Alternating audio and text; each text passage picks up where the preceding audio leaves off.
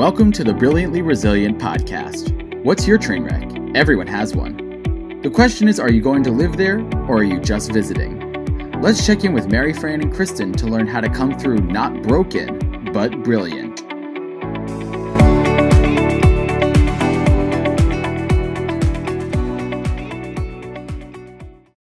Hey everybody, Mary, Fran, Bontempo here. And before we get started with this week's episode, did you know that Brilliantly Resilient can come directly to you?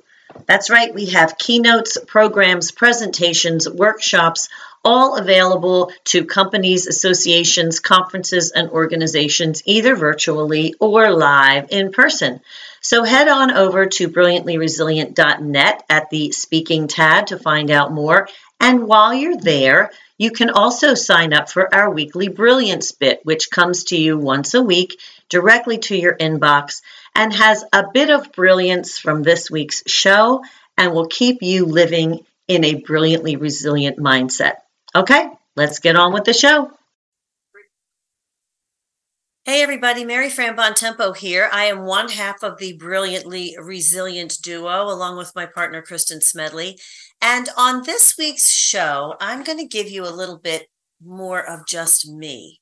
I don't know if that scares you. It probably would scare a lot of you, especially those who know me. But Kristen and I have decided that one of the things we wanted to do this season on the Brilliantly Resilient podcast was kind of go back to our origin stories a little bit, give you a little bit of information again about who we are and reintroduce ourselves, and then also give our perspectives on certain parts of the Brilliantly Resilient process that are really important to us. So for those of you who don't know, and I'm dating myself here, but I kind of grew up like Marsha Brady. I always tried to do the right thing. I was a rule follower. I did what I was supposed to do. I never did anything so crude as swear. And those people who know me now know that that's a totally different story. But I grew up as Marsha Brady, really believing that if I did the right things, then everything would be fine. And as we all know, that's a fairy tale. No matter how much you do the right things, life comes along with what Kristen terms sucker punches and I call train wrecks. And we don't always get to live the lives that we not only want, but the lives that we've worked for, the lives that we think we deserve, the lives that we think we should have because of all of our efforts. And when Kristen and I first met up, we realized that we kind of shared that philosophy going into life. And then when we got hit with our train wrecks and sucker punches, we were kind of like, okay, now what? All this stuff that should have happened because I followed the rules, I did the right things, that stuff didn't happen for me. And what do I do now? So my huge train wreck, again, for those who don't know, culminated on Mother's Day of 2010. And I say culminated because there were a lot of things that showed me that the train was coming at me, and I chose denial and distraction as my best friends, which that's going to be a talk for another day, but I didn't see what was coming at me. I refused to see it. Let's put it that way. And then on Mother's Day of 2010, I found out that I was the mother of a heroin addict. Now, again, this didn't come out of the blue, but this was the culmination of what happened because my son David overdosed that day, not on heroin because he couldn't get it at the time, but on a painkiller that he took because he couldn't get heroin. So we called the paramedics. He was shaking uncontrollably on the couch. We were at my mother's home for Mother's Day. I had stepped out of the room and came running back in because there was a lot of yelling and commotion. David was shaking uncontrollably. And when the paramedics got there, they kept asking him, "What did you take?" And I, the protective mama bear, I'm going, he's having a seizure. You got to get him to the hospital. But they knew what they were talking about because when David finally got into the ambulance with them, he did admit that he had taken a painkiller that he had stolen from his grandmother because he couldn't get heroin that day. The painkiller happened to be very high in acetaminophen. And when my husband and I got to the hospital, the doctor told us that he would need a liver transplant if they couldn't get this under control, if he lived. So that was my Mother's Day gift, air quotes, for those who can't see me, for the year of 2010. Fortunately, when the doctors treated him, by the next morning, they were able to get this under control. And thank God, not only did he live, he did not need a liver transplant.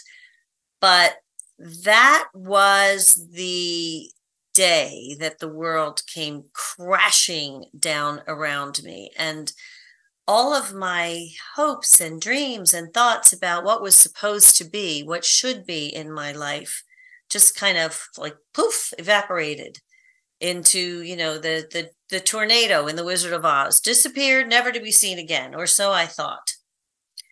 So what I learned from that time was a very powerful lesson. And that's really the one that I want to share with you today. What I realized, and this is a two-sided lesson. What I realized was that I had to let go of what should be in my life in order to allow room for what could be. Now, when I say it's a two-sided lesson, it's because in the early stages of this, I had to let go what I thought my life should be and what I thought my son should be because of the way we raised him, because I was a rule follower, because I did everything that I was supposed to do, that life should have turned out a certain way. By making best friends with denial and distraction, I was refusing to see what could be going on in my life. The truth of which was my son had been struggling for a very, very long time with some substance abuse issues.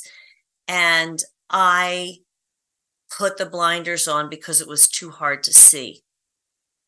So I kept looking at what I thought my life should be instead of looking what could be and what could be happening, which was a huge problem that, thank God, when it came to a head, I didn't lose my son in the midst of all that. The other side of the coin can be that when you let go of what you think should be, you make room for what could be. And those can sometimes be really, really wonderful opportunities. So anyway, what I want to do now is delve into a piece that I wrote about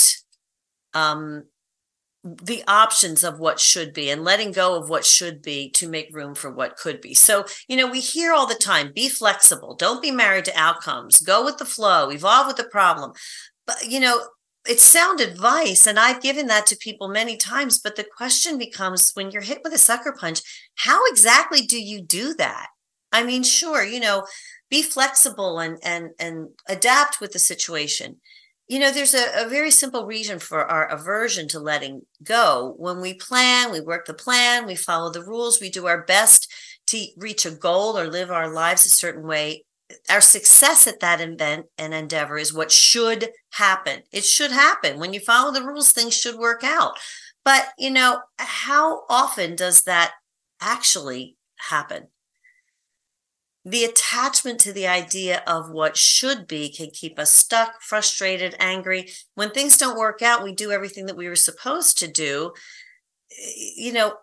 Other stuff still happens. And that other stuff can be anything from circumstances, timing, money, a pandemic. I mean, anything that we can kind of put ourselves in the middle of. So the biggest variable of all, which was what I found out to my should be not working out, is other people. Unless we live in isolation, we live on some kind of an island or whatever, other people will enter into it, and they can kind of goo up our dreams, our hopes, our plans. The other stuff always reaches out its little sticky fingers and either pulls you along in the direction that they should be, or it could gunk up the entire thing. And that's not what should happen, at least according to us. But there's a solution. We can't control all the other stuff, but we can set our minds free to, first of all, really see what the challenge and the problem is. And that involves telling ourselves the truth, which is something that I really wasn't able to do. I refused to see this truth staring me in the face because it was just too hard. But unless you are willing to look at the truth, you're never going to be able to get your hands around the problem. You're never going to be able to see what could be really happening and then what could be the way out unless you let go of that idea of what should be all the time. So on the upside of this, we can't control all the other stuff all the time, but when we let go of what should be, we can set our minds free to, first of all, see the reality, and then second, to explore what could be. By recognizing that other possibilities exist within any situation, we give our minds permission to wander, and they can then come up with different ideas and different solutions, and maybe different problems, as in my case. But then we look with clarity at what we're facing. We'll often find out that the problem we thought we were facing really isn't the root problem at all. And by allowing our minds to consider that possibility, then we allow ourselves to change course and move. Maybe not always forward, sometimes sideways, maybe even backwards, but it brings us new perspectives and ideas. So what I want to do right now is give you 3 ways that you can practically let go of what should be and make room for what could be. And this isn't always easy to hear, but I want you to listen up for these things. The first one is challenge your beliefs. Challenge what you think should be. Our shoulds are grounded in numerous things, many of which we are unaware. It could be a sense of right and wrong. It could be rules. It could be our childhood beliefs, our personal experience. All of those things contribute to our big view of the world and what we consequently believe should happen. Take some time to reflect on your beliefs, those things that you think are the reality and what should happen in your life. Dig into the source of them. Few of our beliefs are universal, and we need to challenge them. We need to challenge our perspectives because they're not always going to apply to us in our current situation. And maybe it's time to let go of what those beliefs tell us should be, change them up a little bit, and see what could be in our lives. The second way that you can challenge what should be and make room for what could be is be curious. We're all so intent on hanging on to what we want and what we think is the right thing. But when we let go of that idea and be curious, when what should happen doesn't, put on your explorer's hat, do a little door exploring here, and try and uncover what went wrong, but don't stop there when things don't work out. Look at what happened and see if there's another path within the so-called mistake or problem. Many of the world's greatest discoveries came through failures or accidents. You think about x-rays, penicillin, something as simple as tea bags, microwaves. Being curious about your plan and your circumstances can open new doors or crack a window or two, leading to something even better and more unexpected than an original hoped-for result. Now, here's the third one, and this is a little bit hard. Be your own devil's advocate.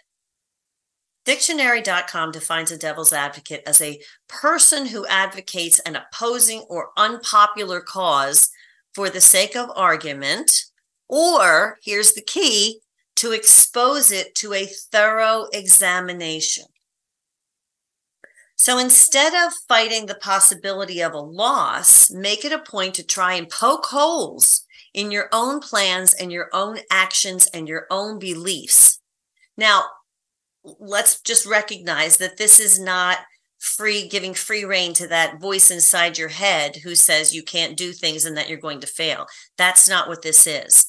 This is an opportunity to, as the definition says, thoroughly examine your plans and actions to explore, first of all, the viability of those paths and those actions, or to maybe explore other paths or other options that could be possibilities should things go astray. So here we go. When we let go of what should be and we make room for what could be, we can, first of all, find ourselves dealing with a situation that we were denying, a problem that we were refusing to look at, allowing us to then take action for what could become a good result. But we tap into resilience by allowing for other possibilities when we let go of what should be and look for what could be. Other possibilities to either correct mistakes, continue towards a goal, or to reevaluate and possibly change direction completely. We have to let our minds wander. We have to let our minds accept difficult truths, and we have to let our minds play a little bit to be open to other possibilities so we can imagine what could be and build both our resilience and our personal brilliance. So that's me. That's my story, my origin story. And that's how I came up with this idea of letting go of what should be so that we could explore what could be. And for me, that happened when my back was against a wall. But what I'm here to say is when you ingratiate that and incorporate that into your mindset, that idea of letting go of what should be and exploring what could be, it can lead you down a path to explore all sorts of possibilities, help you face a truth, and help you to really and truly become the person that you really want to be. Let's all be brilliantly resilient together. Be sure after you listen to this, if you want more of our brilliance tips, that you can get them by going to brilliantlyresilient.net, signing up for our 1-minute read, which comes to your inbox weekly, called our Brilliance Bit. And don't forget that we can bring Brilliantly Resilient to you. We are a program, we are speakers, we do conferences, we do workshops, we do all sorts of things that we can bring directly to you and your organization. So check us out and join us next time for another episode of Brilliantly Resilient Live. Bye. Thanks for tuning in to the Brilliantly Resilient podcast. Join our Facebook group and follow us on YouTube to be inspired with tools to reset, rise, and reveal your brilliance.